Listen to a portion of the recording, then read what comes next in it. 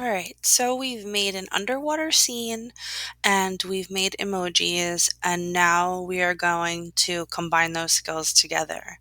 So for this, we are going to recreate this owl, but then you're also going to create a whole background. So you can actually create the background first. All right, so depending on what you want to do. Now remember, you can create custom gradients. So you could make a background that kind of represented, like an outside background where there was some difference between the sky and the clouds, right? So if we kind of get it there, all right, and then we look at it, I think it's going to be, yeah, it's going to be good. Okay, so our owl is also on a branch, which is where owls hang out. So another thing that I could do is I could add kind of like a rectangular shape, but let it kind of hang off the edge a little bit.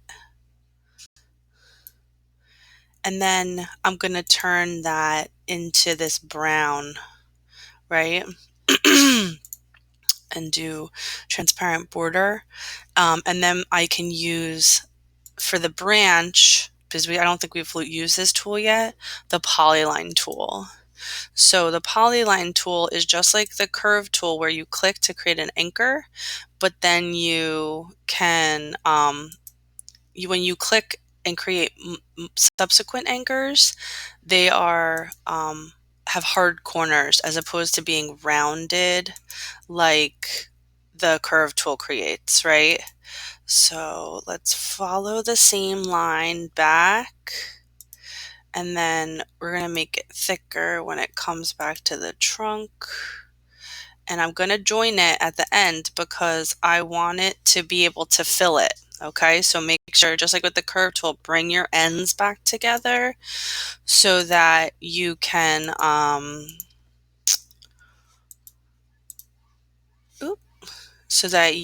fill it.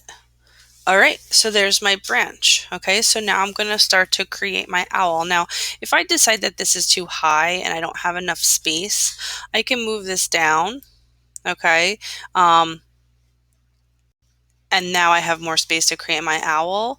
I love details. So there are clouds in here already made.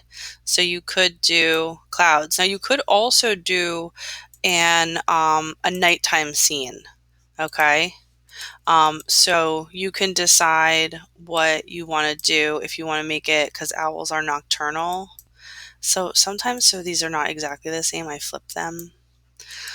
Yeah. Crazy. Maybe hide it. Remember, you can reorder objects. Oop.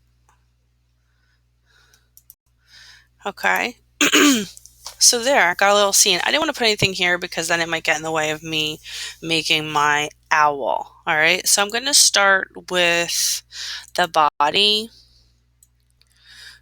All right, he doesn't have to be directly on the branch because we are going to give him feet. Remember, if I hold down shift, it'll make a perfect circle. All right, and then let it go. Now, here's the directions for the owl's body. Okay, and then we're going to make the border 8px. So there are directions for the rest of the body. Okay, so you can continue to follow the directions. It wants it to be a gradient. I don't know. It's always hard for me to choose. And it doesn't have to be the same colors. So let's say I wanted him to be like a little blue owl. I can just, go with whatever I feel comfortable with. Okay, and we're leaving the thick 8px borders because it gives it then a more like coloring book feel. All right, so then you'll just continue.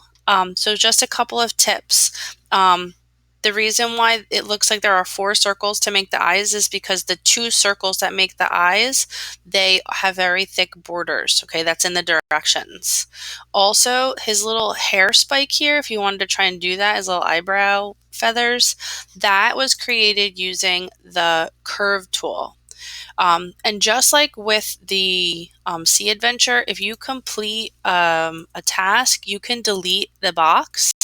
This will also give you space to work on things um, outside of your workspace. So if I grab the curve tool, so I just started the little spiky by making the bottom, all right, because it's all one shape. It's just hidden behind his eyes. And then I came up and then just made some quick little spikes, and then I changed direction. So like this would be behind his eye. And then I made some little center spikes. And then I do the same thing again. I come out. And remember, I can adjust the size of this and adjust the size now, and I can also double click on it and I can adjust some of these. So if I wanted to kind of adjust my spikes a little bit, if you double click on the curve tool, you could also do this with the Polyline tool. So if I wanted to adjust any of these, I could do that as well. And then, you know, because I brought it back together and it turned gray, now I'm able to make it whatever color I want. So if I'm staying in like the blues, maybe, you know, and then I can adjust it. And remember, I'm going to put his eyes and his nose on top of this, so I don't have to really worry about it being perfect down here at the bottom. Okay, so that is the owl to start, and like I said, you'll just continue to follow the directions, and as you complete each step you should delete the box to make space for you to work on different aspects of him. All right, so circles. His wings are the crescent shape. We just pull on that little yellow thing. His eyebrow, his nose, and his feet were made using the curve tool. That's what it's called. The curve tool. And his feathers are also the same moon, you know, that we use for the wings, the moon. But again, they're just small, and then we just copy and paste it, you know, 4 more times so that we have 5 little belly feathers, to just give it like a little bit of depth. And remember, use gradients, gradient for the body, gradient for his eyes.